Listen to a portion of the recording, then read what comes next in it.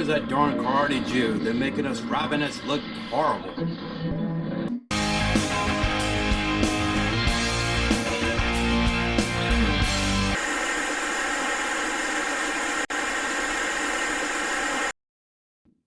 Shalom, and welcome to another exciting edition of the Torah Watchman Show, hosted by none other, your humble, Cardi Jewish servant, Reb ben-Emmett. Yes, welcome to my YouTube channel. Torah Watchman LLC is now a company. Yes, it is. And that makes me a public figure here. Yes, as a veteran, combat veteran, I have a big megaphone, a very loud mouth to get the Emmett truth out to you as soon as possible, right? All kidding aside, welcome. Who is my target audience? Before you do a lecture, before you do any kind of speaking engagement, you have to know your target audience. First of all, my beloved Cardi brothers and sisters throughout the world, primarily in Israel, but the American Cardi Foundation is headquartered in San Francisco, California, and we're kind of scattered from the West Coast, East Coast. My wife and myself and my daughter are the only self-declared Cardi Jews that I'm aware of in the Atlantic coast area of the United States, Maryland, you know. And I've started a new Facebook page dedicated to Cardi Judaism in the East Coast. You know, I'm a trendsetter, right? And you have to start somewhere. I hope everyone's been well. You know, everyone's getting ready for holidays, Jew or Gentile. You know, we have so many different holidays in the month of December. I think the people in Indonesia, Hindus, Africans have Kwanzaa, Christians, of course, have Christmas.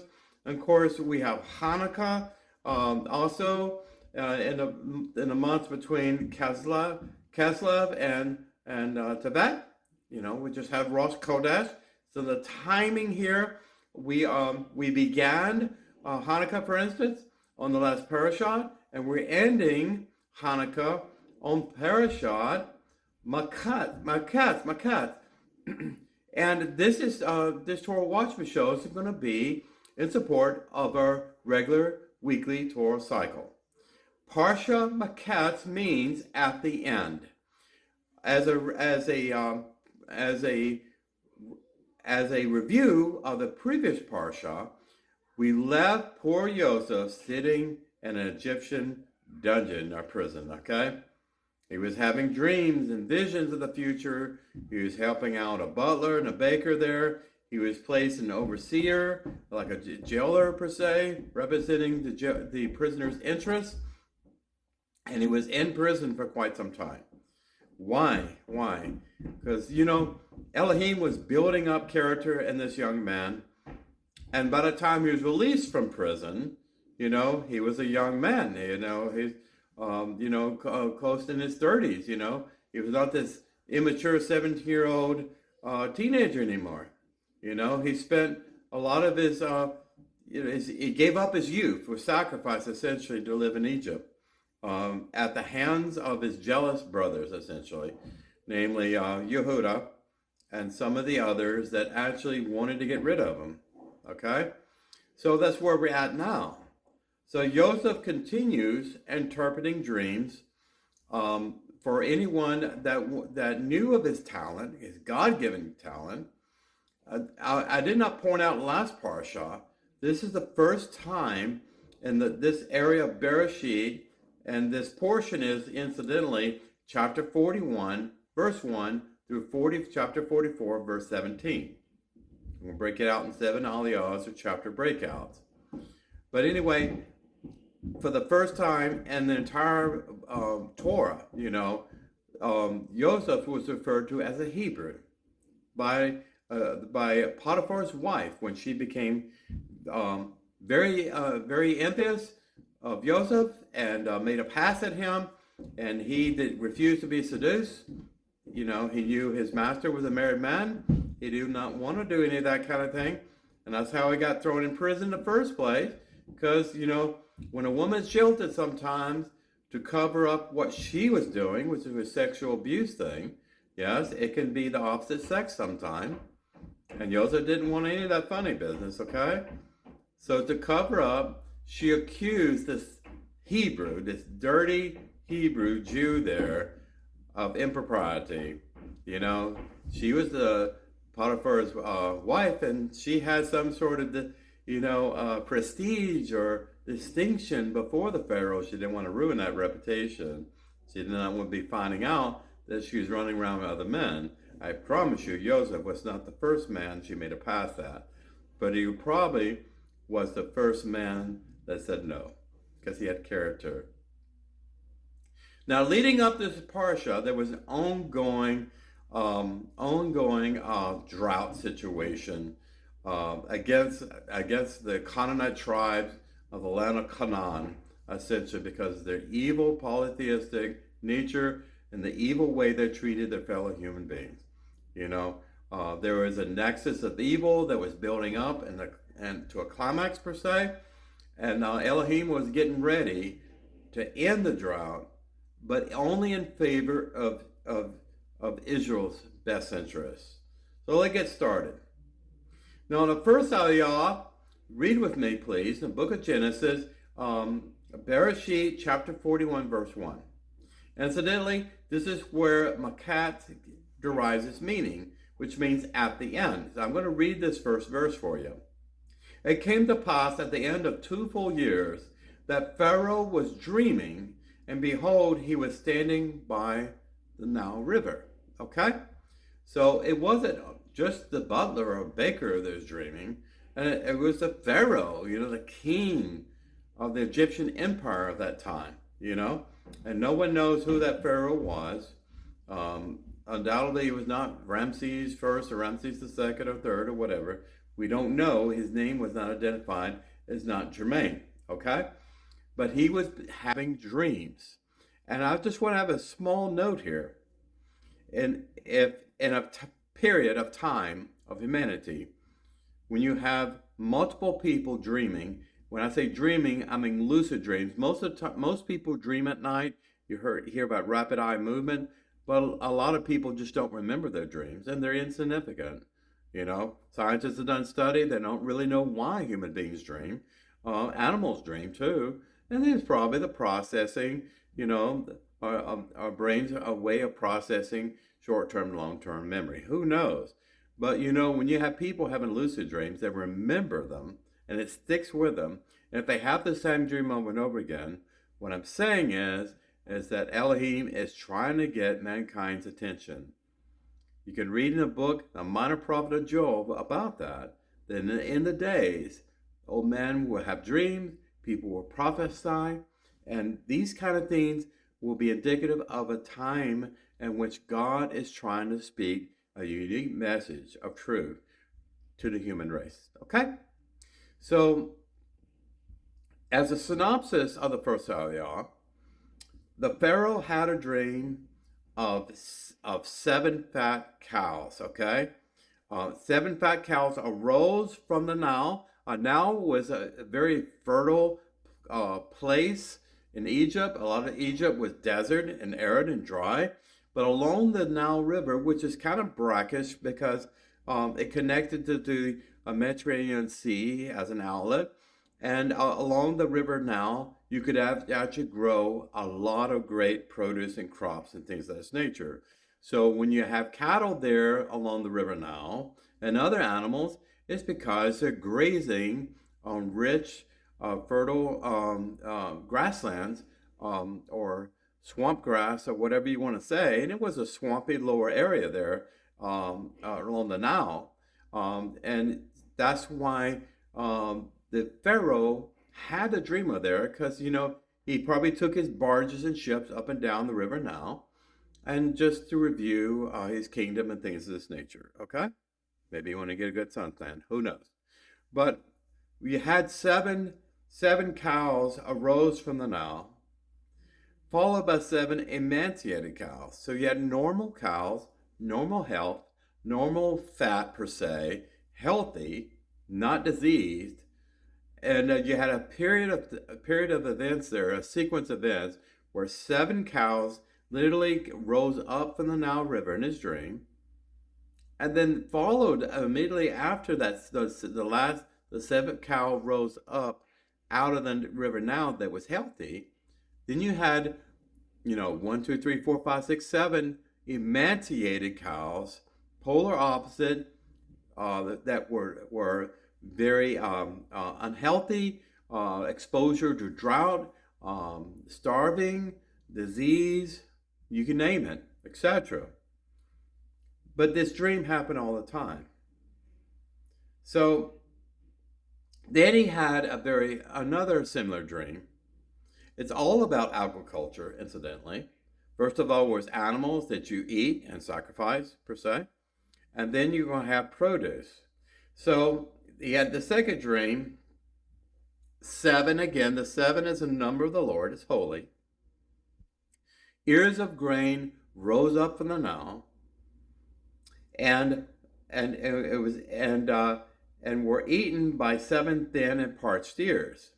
So you had seven ears of grain, where you collect the wheat germ, the grains and everything else. You like grape nut cereal? Like I do. That wheat, delicious wheat grain that comes from the shaft of the wheat kernel and everything else. But anyway, as soon as these 7 healthy ears of grain, per se, you hear about ears of corn, about the same thing.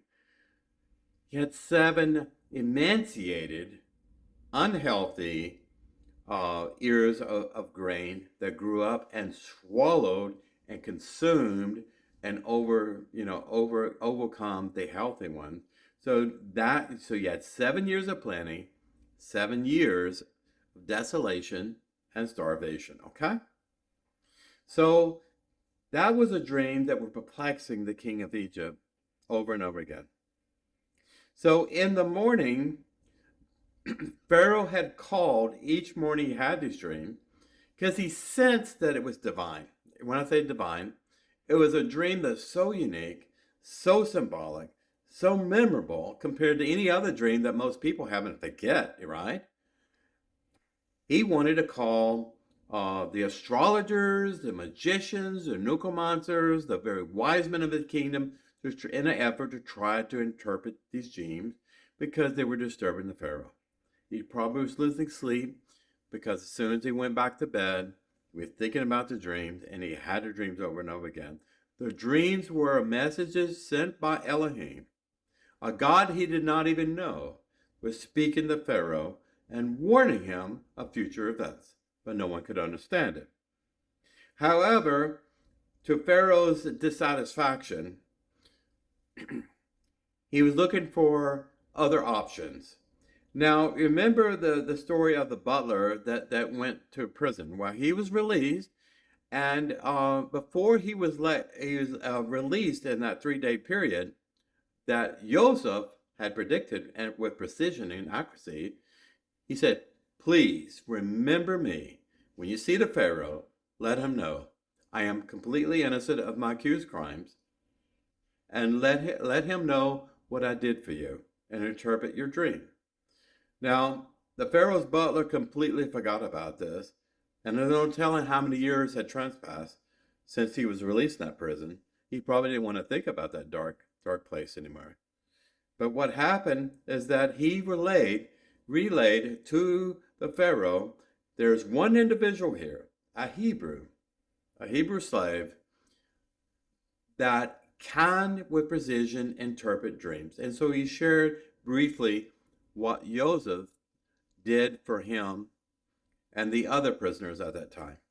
So the Pharaoh became excited, and he immediately ordered Joseph to be pardoned from his crimes, per se, released from prison, cleaned up, bathed, showered, went shaven or whatever, and put on new clothes to be presentable before the king of Egypt.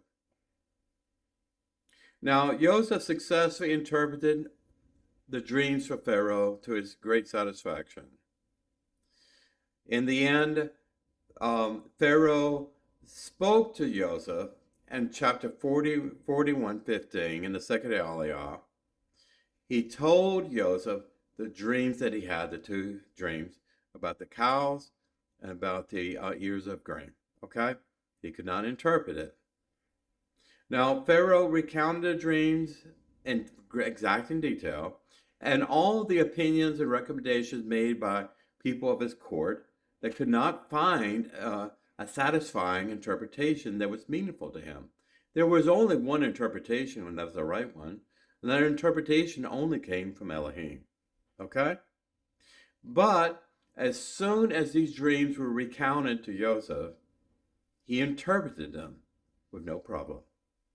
So Joseph simply said what these events represent to you, the cows and the ears of grain, is 7 years of plenty, followed immediately by 7 years of drought, of not having anything, okay? Of extreme drought too. So Joseph proposed a plan to store the excess grain. Wisdom is of the Lord, right? To store the excess grain in the years of plenty, to serve as a ready reserve for the famine years to follow afterwards. Pharaoh was greatly impressed with Joseph's wisdom. So get this. Pharaoh presented a problem statement that was unresolvable. A Hebrew slave released from prison had the only answer to the difficult, complex mathematical equation in calculus, whatever. Only Elohim could have the answer because Elohim sent the riddle in the dream. And it pleased Pharaoh, and it prepared Pharaoh for that moment in time for him to be willing not to only release Joseph from prison, but to have an open heart, an open mind to understand and appreciate the importance of what it meant for his kingdom. So Joseph answered the question, resolved the question, but he did not leave Pharaoh at that point. He made recommendations on how to resolve these issues. That wisdom only comes from Elohim. So Elohim gave Joseph two major gifts: the ability to accurately interpret dreams, which were essentially visions of the future, and also the wisdom, like the wisdom of Solomon, to be able to know how to prepare and to institute policies and procedures on how to implement the way and the environment and the people that are impacted, both positive and negative, on how to resolve these issues. So many people drop problems in your lap, or you drop problems in other people's lap, and it's so easy to identify a problem, right? But it's more difficult to have a solution or a mitigation for that problem. And this is exactly what Joseph offered Pharaoh, and it really impressed him. So in the third Aliyah, chapter 41, verse 39, the Pharaoh said to Joseph, since God, Elohim, has let you know all of this, because Joseph in his introduction, I'm going to interpret your dreams, Pharaoh, but understand it's not me who's giving the interpretation, but it's my God. So that same reference point, Pharaoh is saying that the Elohim, God, has let you know all of this, and then therefore there's none other as understanding and wise as you. No one in the kingdom. So Pharaoh had to do a lot of things here. He had to humble himself. And he was touched with the brilliance of Joseph. He was touched by the wisdom of Joseph. And he actually had some sort of religious belief that there were greater things than even the king of Egypt, to resolve these insolvable problems. Then Pharaoh appointed Joseph as viceroy of Egypt, placed him in charge of the impending food collection operation program. 30-year-old Joseph was placed second in command on the entire Egyptian empire. Consider all the people there, accountable to no one but Pharaoh himself. Second in command to the king. If Pharaoh were to become ill or die, it would be Joseph filling in the throne. Consider that. He's talking about rising from nothing and to something as great as that. This is a lesson, folks, on how God can use your life if you just open that door and listen and pay attention, right? So moving forward, surely as the dreams were given to Pharaoh, and as surely as Joseph interpreted them accurately, the series of events occurred with precision precisely soon after, that he was appointed in this position. He was given a signet ring and a title of royalty and authority figure, a decision maker, okay? So the 7 years, it was indeed plentiful.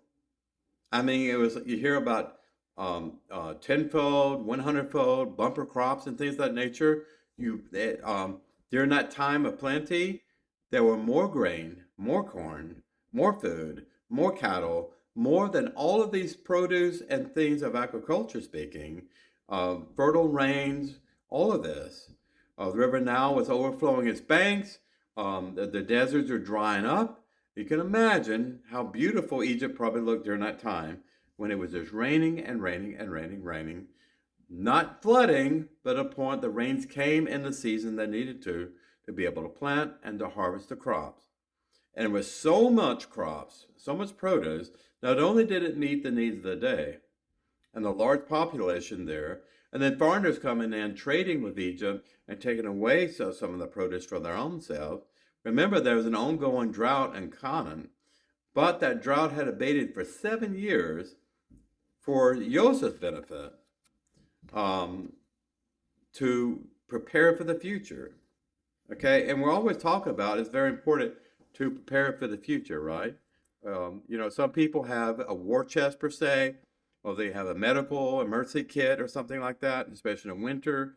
In COVID, we had cases of water and things of this nature, or people living along the coastline, like in Florida, hurricanes, you prepare, you have extra batteries and things of this nature. But how do you know without looking into a crystal ball or going to someone, a palm reader, or someone that sets out forth a deck of cards, to try to predict your future, how do you know? But Joseph knew. Joseph knew. And think about how powerful that witness was before the entire Egyptian people what was happening. Because Pharaoh announced his appointment of Joseph as his viceroy. He also announced to the Egyptian people why. Okay? So this was messaging. So in the fourth aliyah, chapter 41, verse 53, we had an issue. We have a situation in which Joseph was given a wife, a daughter of Potiphar. Her name was Asenath, and she bore him almost immediately, I guess, two sons, Manasseh and Ephraim. Yes, you remember those. There actually were dual tribes were considered as one tribe. So there's no 13 tribes of Israel, but these two sons replaced Joseph as a tribe member because Joseph stayed in Egypt and died in Egypt, where his sons and the other children of Israel, when they came there, they left together from Goshen and went to the promised land. Okay, not getting ahead of the story. So the 7 years were plentiful, and then the rains dried up. I mean, the waterworks, someone turned off the water. Someone drove away the clouds and brought out that scorching sun. And week after week after week, everything that was so fruitful, all the grain, all the corn, the cattle, the produce, everything that they were growing, dates, pomegranates, you can imagine what they grew in Egypt during that time, okay? Olives, it began to dry up and became emaciated, just like Pharaoh's dreams, okay? So when the famine came true, as predicted by Joseph, a grave famine that affected Egypt and the entire Mediterranean region. So it was not just Egypt, it was the entire Mediterranean region. The Levant, the Middle East, that area, especially Canaan, okay, was impacted. Now think about all those people that did not prepare for this drought situation. What do you think they're going to do? Okay? They're probably going to travel to Egypt and barter and trade for food. Okay? So that's exactly what happened. So meanwhile in Canaan, Joseph's father, Yaakov, dispatched his eldest 10 sons, all of them except his youngest, Ben-Emmett, to Egypt to purchase food and provisions. He essentially said to his sons, why are you looking at me? I know our sheep don't have any grazing land anymore. We barely have any water. Our wells are drying up. Don't look at me. You need to go to Egypt and find resources, and soon as possible, okay? Because this drought is not going to go away anytime soon. This drought is sent by the Lord, okay? So the brothers arrived in Egypt, and actually they stood before Joseph. Now, there was nothing unusual about this, okay? The brothers were representing a small Hebrew nation tribe, which Yaakov was known as Israel at that time. So it represented Israel, their father. They came there like any group of people, like Ishmaelites and Midianites and other people that came there to barter and trade for food. So they appeared before Joseph because that was the only individual, literally, that could decide who would live or die. Okay? If he was unwilling to work with you, if he didn't trust your intent, you would not get the food you need. Okay? So when his brothers approached Joseph, they didn't recognize him. And some of the commentators and rabbis and sages debate why they didn't recognize. I believe simply that Elohim put a mask over Joseph to the point where they could not see himself. Now, he was a grown man in his 30s at this time. He was not a young boy anymore. And he probably had facial features, maybe paint around the eyes. The hair was different, no beard, and things of that nature that made him unrecognizable. The point is that Elohim had prepared Joseph not to be identified yet by his brothers. It should be a wonderful family reunion, but Joseph was not, I don't know if he was really comfortable seeing his brothers, even after all this time. So this is what happened. So when his brothers approached them to request for food, Joseph dealt with them harshly. Joseph recognized them, but they did not recognize their brother that they tried to kill and then sold literally into slavery to be carried off in Egypt and spend a lot of his life in the prison. So he dealt with them and accused them of espionage or spying for some foreign nation and stealing secrets from Egypt on their vulnerabilities and things of that nature, okay? And this kind of thing happened, and they were incarcerated for 3 days. Now, the fifth aliyah, chapter 42, verse 19, the verse says, if you are honest, your one brother will be confined in your prison, and you go bring the grain for the hunger of your household. Okay? So there were some pleas here for compassion, by Yehuda. But Joseph was being harsh with them for a reason. So Joseph, on the third day, Joseph released them all, just as he promised. Aside for Simeon, he retained as a hostage. Okay? So when he bid the rest of them, the brothers, to return to Canaan with their aged father, return to bring the youngest brother. He said, you say you have a young brother. Listen, Yehuda told the story, why they were in Egypt, what they needed from Egypt, and the members of their family, who was what. They had an elderly father with a youngest brother that stayed behind. Maybe Yehuda spoke too much.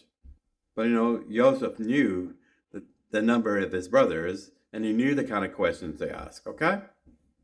So what happened is that they left back to Canaan to see their elderly father, the aged father, to let them know that Shimon was in prison and that Benjamin was needed to come back as a ransom for Shimon, because the Pharaoh, Viceroy Joseph, was accusing them of treason and espionage. So Benjamin wanted to be brought back to establish their supposed innocence. Okay? Joseph instructed his servants to place monies the brothers had paid for the food in the sacks of grain given. There was many different deception, many tests of virtue. In other words, Joseph was acting a lot like the adversary before the heavenly court and prosecuting virtue here. So, of course, they brought money. Yaakov gave them plenty of money to bring to purchase the food. You can't buy things without money, right? But Joseph secretly dispatched his servants to go and put the money back in their bags before they left. You can imagine what's going to happen now, okay? So the brothers arrived back in Canaan and recounted the entire incredulous story, the episode of Yaakov. Yaakov was highly disturbed with the happenings. He didn't know what to expect and initially refused to send Benjamin, unwilling to consider the possibility of losing Rachel's only remaining son. Again, Rachel was still the greatest love of his heart. It always was from the very beginning. Okay? So eventually, though, after the food provisions ran low, and Yehuda personally guaranteed Benjamin's safe return, he essentially said, I will give you my sons. I will give up whatever I need to do if I'm lying to you, Father. We have to do this. So he sent them to Egypt with a prayer on their lips and armed with a gift of the Egyptian ruler. Okay? In the sixth Aliyah, in chapter 42, verse 16, when Joseph saw Benjamin with him, he said to the overseer of the house, bring the men into the house and give orders to slaughter an animal and prepare for the men we'll eat at lunch. I want to bring up something. Sheep or lamb was a god in Egypt. And anyone that was a shepherd was considered ceremonially unclean and unworthy of being before the Pharaoh. Now, of course, Joseph's brothers, including himself before he came to Egypt, were shepherders, maintaining and managing flocks of sheep, okay? So that was an issue there, for one thing. So when he saw Benjamin, he brought him into a banquet house or something like that, where they have honored guests, and he slaughtered an animal, and he separated essentially the Hebrews from the non-Hebrews that were there in two different eating areas, okay? So the brothers arrived in Egypt. Joseph instructed the palace supervisor to invite the brothers to join for the afternoon repast, okay? The brothers arrived at Joseph's residence when they were reunited with Shimon. Nothing happened to him, of course. Joseph arrived, and the brothers presented him with the gift that they had prepared, and they exchanged pleasantries. I wanted to point out is that everything that the sons of Yaakov aimed to achieve in Egypt, as far as the barter and sell and things of that nature, they actually didn't spend any money because Joseph put the money back in, and he was testing them too, and they were horrified to find out that he still had money there, and they immediately thought that Joseph was the Pharaoh would think that they're robbers and stealing from them. Just want to add that in. The seventh Aliyah, I'm reading this partial in conclusion, chapter 42, verse 30, quickly. And Joseph hastened, for his mercy was stirred toward his brother, and he wanted to weep, so he went into another room and wept there.